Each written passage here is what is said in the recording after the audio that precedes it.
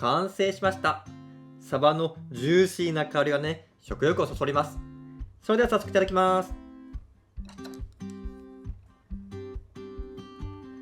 サバの身がふっくらとしててね、とっても美味しそうです。それではね、いただきます。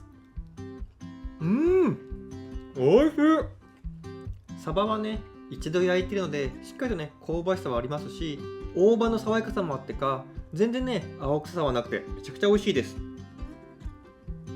またこのご飯もサバの旨味をしっかりと吸ってるのでね、これだけ食べてもね、美味しいです。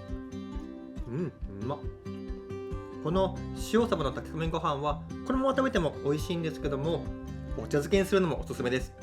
ひつまぶしのように1杯目はそのまま、2杯目は薬味をのせて、そして3杯目にお茶やだしをかけてお茶漬けっていう風に食べると、本当にこの炊き込みご飯を堪能できます。また今回はこのメスティンを使ってね、調理しましたが、もちろん炊飯器で作ることもできます。レシピはね、いつも通りしての概要欄にまとめてありますので、ぜひ参考にして作ってみてください。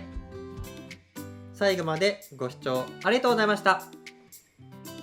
このチャンネルではキャンプ用でも家でも簡単に作れる料理を紹介します。